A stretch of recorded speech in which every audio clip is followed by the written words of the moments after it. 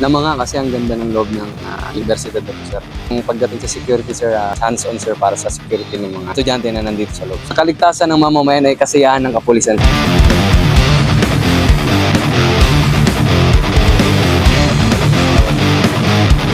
Nandito tayo ngayon sa loob mismo ng Xavier University Ateneo de Cagayan sa college.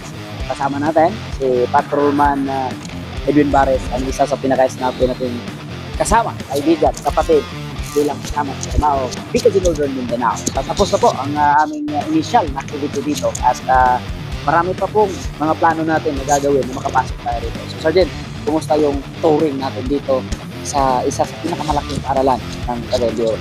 Siyempre, sir, masaya, sir, tsaka namanga kasi ang ganda ng loob ng universidad na to, sir. Malinis, talagang well-organized, sir. Tsaka yung pagdating sa security, sir, talagang yung mga security guard natin, sir, is hands-on, sir, para sa security ng mga estudyante na nandito sa loob, sir.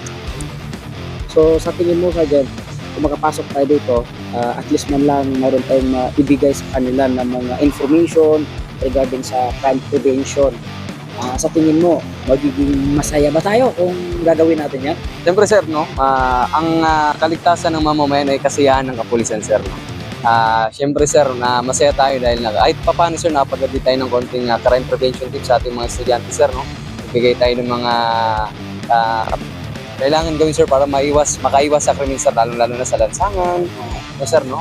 Yun po, masaya tayo, sir, dahil yun nga, sir, ang kaligtasan ng mamamayan ay kasiyahan ng kapulisan, sir. Bilang membro ng Bicol Northern Mindanao, ano ba ang pinaka-importanting bagay na magawa ng personnel ng PICAG? Isa sa pinaka-importanting nagagawa ng isang PICAG personnel is, siyempre, sir, makapag-share sa ating mamamayan, sir, no? Which is nasa ating community na makapag-share sa mga prevention tips, no? Sir, ma-share din natin, sir, yung activity ng police, sir, na nandito ang police na handang mag-servisyo, sir. Handang tulungan sila, sir, no? Once na matap tayo, sir, no? Makatawag sa hotline, pwedeng mag-servisyo sa kanila, sir. 24 hours, sir, makalapit sa mamamayan ng kapulisan, sir.